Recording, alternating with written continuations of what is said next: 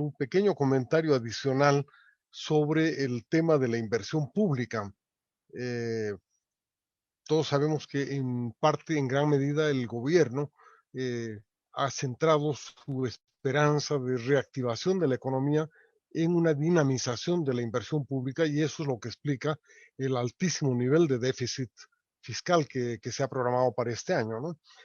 Sin embargo, yo no sé si ustedes tienen la misma expectativa sobre la posibilidad de que la inversión pública tenga la eficiencia requerida, ya sea para dinamizar la economía o para cubrir el déficit fiscal de los próximos años. A mi juicio, la experiencia nos dice que eso no va a ocurrir, pero me gustaría que ustedes hagan una reflexión sobre ese tema y también relacionarla al tema de la inversión privada, ¿no? Rolando ha sido muy crítico al señalar que el sector privado ha sido muy flojo para invertir, pese a que había una gran cantidad de dinero. Al respecto, me gustaría que nos comenten también qué podría hacerse para quitarle esa flojera, digamos, entre comillas, qué se puede hacer para estimular la inversión privada y en qué medida esa débil inversión privada que hemos visto tiene que ver y tendrá que ver con la seguridad jurídica. Y el tema central de la seguridad jurídica es el de los impuestos. O sea, eso otra vez nos relaciona al tema del déficit fiscal, ¿no? Una de las medidas que ha promovido el gobierno y que le está planteando con mucho énfasis y promoviéndola es esta del impuesto general a las fortunas. ¿En qué medida creen ustedes que esto puede ayudar a cubrir el déficit fiscal? ¿En qué medida, qué tipo de impactos podría tener sobre la inversión, sobre el empleo, etcétera? Me gustaría un par de reflexiones sobre este tema. Yo quisiera en la reflexión a José Gabriel y a Rolando también incluyan, y una pequeña tuya, una referencia al problema planteado por algunas personas en el Facebook que nos plantean la situación del tipo de cambio, ¿no? Ha habido un aumento continuo, consistente y persistente de la cantidad de dinero en la economía. Se ha seguido emitiendo a través de crédito interno en el año pasado y este año. Las reservas internacionales han caído, están muy bajas. Este mes han bajado por debajo de los 2.000 millones de dólares en divisas, ¿no? Los de liquidez inmediata, y están en menos de 5.000 la totalidad de las reservas, de manera que hay una fuertísima presión que todavía no se ha visto, todavía no ha surgido. Entonces la pregunta que hacen es, ¿hasta cuándo podría el gobierno sostener el tipo de cambio actual y qué va a suceder después? ¿En qué medida eso no va a obligar a hacer los ajustes de los que tú hablabas, Martín? Yo les daría entonces una breve ronda de unos 5 minutos a cada uno de los tres en el mismo orden que han hablado y luego hay 3 o 4 personas que ya han solicitado la palabra en el chat. Entonces, Rolando, te pido por favor hacer tu comentario. Gracias, Roberto. Voy a responder a este tipo de cambio de decir, pero primero justamente mostrando, este es el informe de Asoban sobre la evolución de los depósitos. ¿Ya? Es un informe que va de noviembre a noviembre del año pasado. Y de noviembre a noviembre han crecido en 2.500 millones de dólares los depósitos en los bancos. José Gabriel nos decía que desde entonces, en los últimos 3 meses, habían perdido 350 millones, que seguramente él tiene el dato correcto, yo no lo tengo. Pero no sería muy grave, ¿no es cierto? Si se aumentó de 2.500 y se ha perdido 350, no es grave. A esto voy con el tema de la RIN y el tipo de cambio. Generalmente hablamos de las reservas internacionales del Banco Central, pero no hablamos de las reservas internacionales del conjunto del sistema financiero. Sí, en el Banco Central tenemos más o menos 5.000 millones de dólares. Eso hay que aumentar unos 3.500 millones de dólares del sistema financiero. Y hay algo que me llama la atención y sobre lo cual no podría dar verdaderamente ningún tipo de explicación. Es que las casas de cambio están llenitas de dólares. Muchas veces incluso no tienen bolivianos para comprar dólares. O sea que no creo que haya verdaderamente un tipo así, una presión sobre el tipo de cambio. Y de hecho no la hay, ¿no es cierto? Ningún agente económico ni nada se está angustiando, diríamos, por el tema del tipo de cambio. Ahora, ¿que habría que ajustar el tipo de cambio en algún momento? Sí, correcto. En términos de que nuestras importaciones son demasiado baratas, ¿no es cierto? Y está matando, dirían, la producción nacional. Pero quizás no habría que hacerlo ahora, porque sería como echar gasolina al fuego. Quizás a fines de año, según cómo vaya la economía en el segundo semestre, una cuestión así, pero no inmediatamente. El tema de la inversión pública que planteaba Roberto es de preocupación, ¿no es cierto? Pero a mí lo que me llama la atención es el descuido con el que se tiene a las empresas públicas. Casi toditas están en una situación muy complicada. Y hay problemas institucionales, hay problemas económicos, hay problemas hay una serie de problemas y están verdaderamente olvidadas del ambiente económico, político, todo eso. Yo creo que hay que hacer algo, o se las vende, o se las cierra, o se trata de volverse a hacer funcionar, qué sé yo, pero hay que hacer algo. No se puede seguir así. Y la inversión pública debería priorizar primero este sector. Las empresas privadas, Martín, que creo que por lo que he hablado, sobre todo trabaja, digamos, con el sector privado, tienes razón, ¿no es cierto? Pero mi argumento era de mediano y de largo plazo, ¿ya? Ustedes pueden ver en mis dos libros, además están con datos de series históricas, etc. La inversión privada siempre ha sido modesta en Bolivia, muy modesta, ¿ya? Y no vamos a decir que Bolivia es un país con más riesgos, con más impuestos, con más líos de trámites. No es verdad, ¿no es cierto? Si conocemos un poquito el mundo y los otros países del mundo, sabes bien que hay países mucho más burocráticos, más complejos, con más impuestos que Bolivia. Un ejemplo, Colombia, por ejemplo, ¿no? Es muchísimo más complicado hacer funcionar una empresa privada en Colombia, los impuestos más elevados, el IVA, etcétera, y sin embargo tiene un sector empresarial mucho más importante que Bolivia. Ahora, no quiero echar la culpa a fulano, a sultano, a mengano, sino seguramente hay problemas estructurales, ¿no es cierto? Y que frenan, diríamos, algunas iniciativas. Pero esto va más allá de la economía. Los bolivianos no nos lanzamos, no hay un espíritu verdaderamente emprendedor. Y sí nos gusta quejarnos. Pues estoy a propósito de quejarnos también de los bancos, dicen todo el tiempo, estamos mal, que nos van a tener problemas de liquidez. No es verdad. Según estos datos que les he mostrado, hay ahorros por encima de unos 3.000 millones de dólares, depósitos, quiero decir, sobre la cartera. Tiene un margen importante. El año pasado sus utilidades, según esto mismo, han sido de 134 millones de dólares. La mitad de lo que eran los años anteriores, pero está bastante bien. En años de crisis, de pandemia, tener 134 millones de utilidades no está nada mal, ¿no es cierto? Ahora, de todas maneras, no hay problemas de liquidez en la banca. Y si los hubiera, la ley permite que los bancos recurran al Banco Central, ¿cierto? Y eso se puede hacer. O sea que no hay problema ahí. Si hay dos sectores que les ha ido muy bien el año pasado y que seguramente este año también les va a ir bien. Uno es el sector agrícola tradicional y el otro es el sistema bancario. A los dos les ha ido bien, relativamente, ¿no es cierto?, frente a la crisis, etc. Gracias. Gracias, Roland. José Gabriel. José Gabriel Gracias, Espinosa, adelante. Sí, gracias, Roberto. A ver, arranco con el tema de la inversión pública.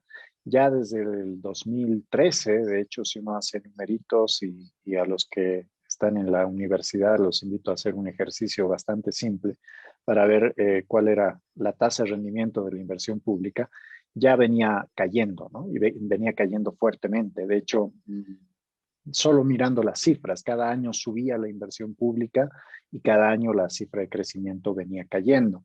Y esto tiene que ver con dos cosas. La primera es que en la medida que se van acabando las fuentes externas de ingresos, básicamente impuestos por exportaciones de gas, el gobierno empieza a recurrir a endeudamiento externo, en primer lugar, que obviamente tiene un costo, y luego el 2018 y 2019 empieza a recurrir fuertemente al endeudamiento interno.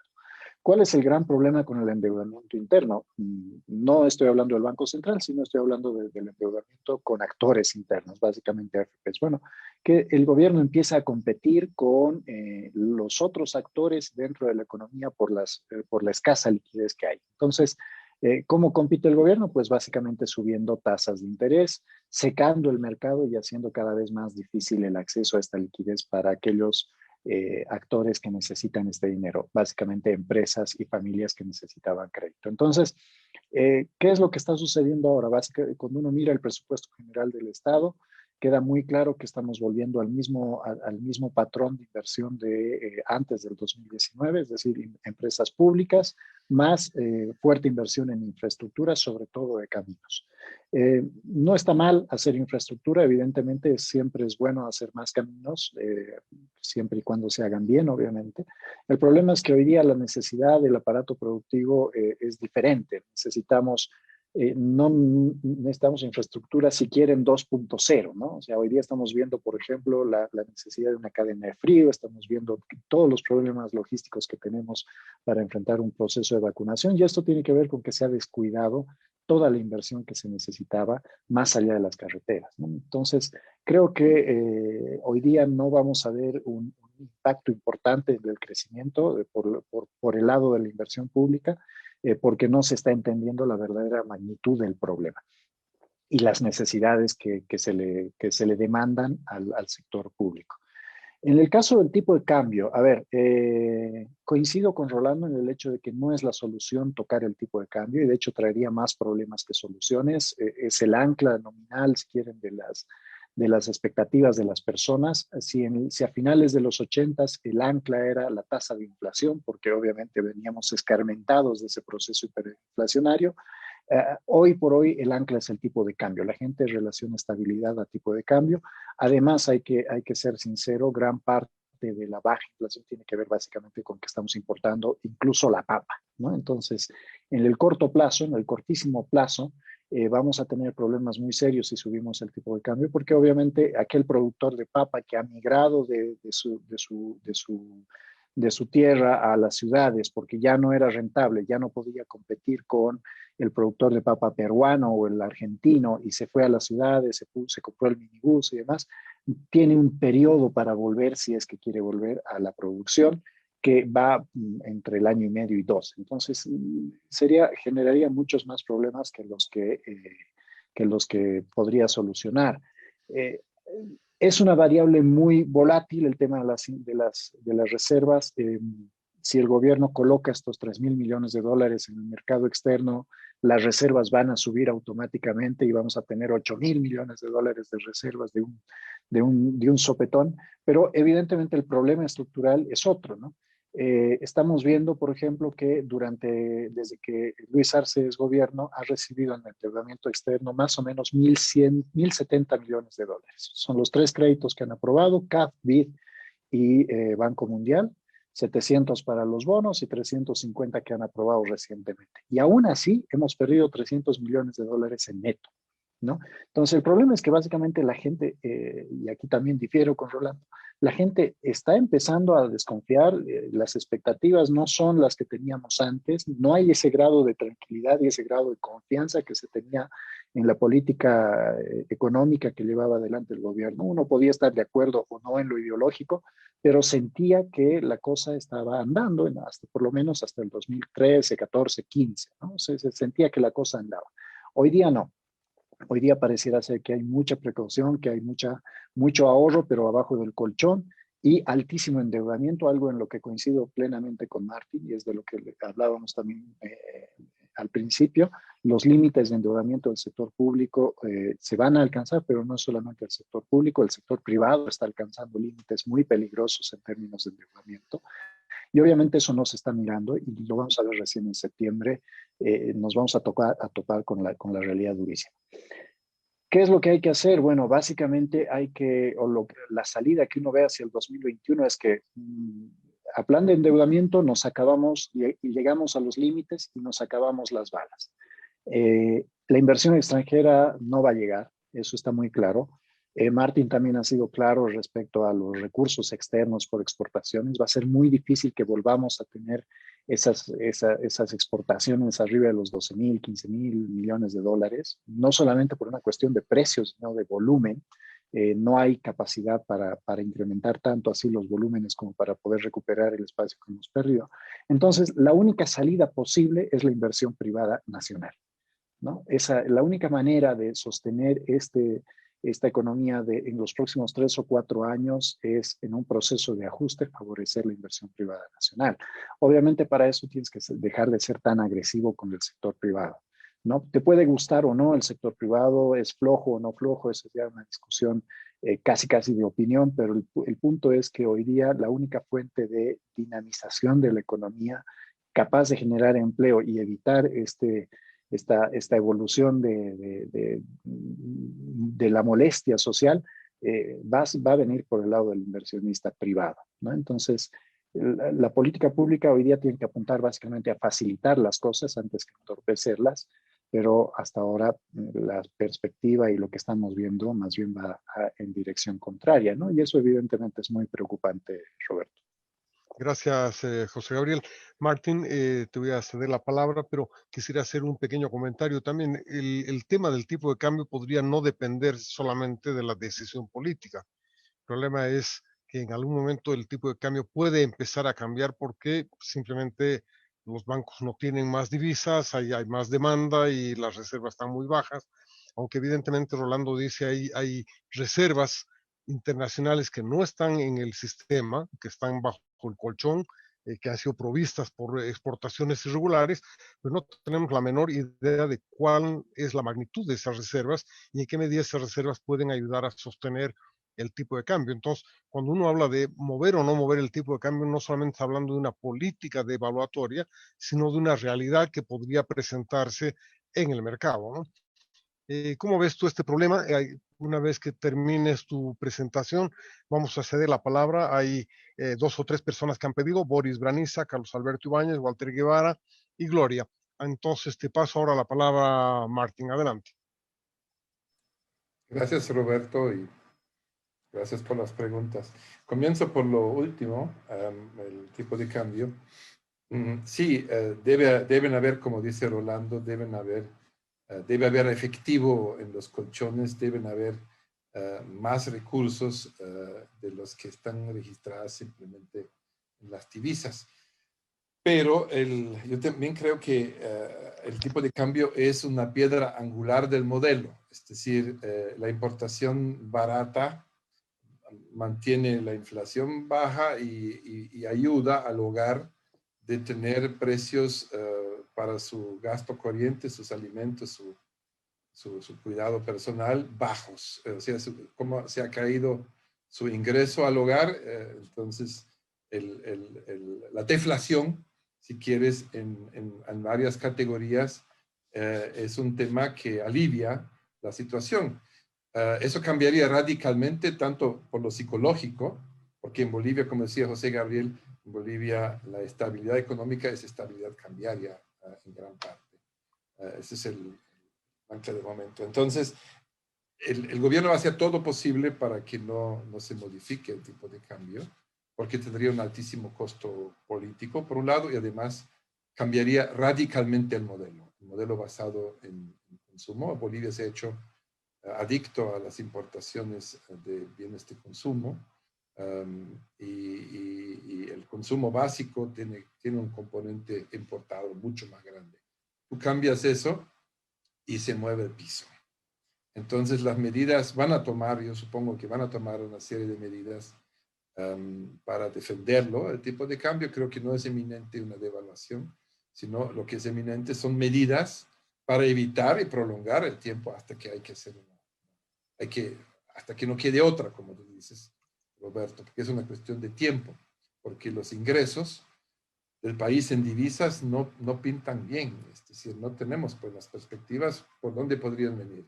Podrían venir por la exportación, ya lo hemos mencionado. Podría venir por la inversión privada directa, extranjera directa, tampoco, no lo vemos. ¿De dónde más va a venir?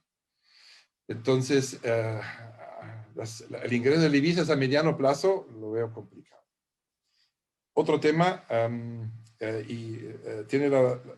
le doy la razón a Rolando cuando hablamos de los aspectos estructurales de la inversión privada.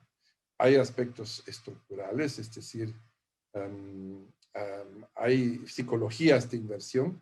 El empresario boliviano es muy cíclico. El ciclo va arriba e invierten en exceso, hasta en exceso. El ciclo va abajo y todos frenan, así boom. Entonces tenemos un comportamiento extremadamente cíclico ahí, que ese es un gran tema, ¿no? De la cultura empresarial, si quieres, y de la manera como se encaran los negocios. Hay ese aspecto. Solamente quería enfatizar de que si miras un poco los diferentes rubros, es difícil invertir ahora en ampliar la capacidad. Lo que hay que hacer es invertir en productividad. Quizá esta es la frontera más adelante de ser mucho más eficiente, porque tenemos una gran brecha de productividad como país, y ahí habría que invertir en ese sentido. Y coincido y enfatizo lo que decía también José Gabriel, la inversión es el único motor a la vista que podría nuevamente darle empuje al carro.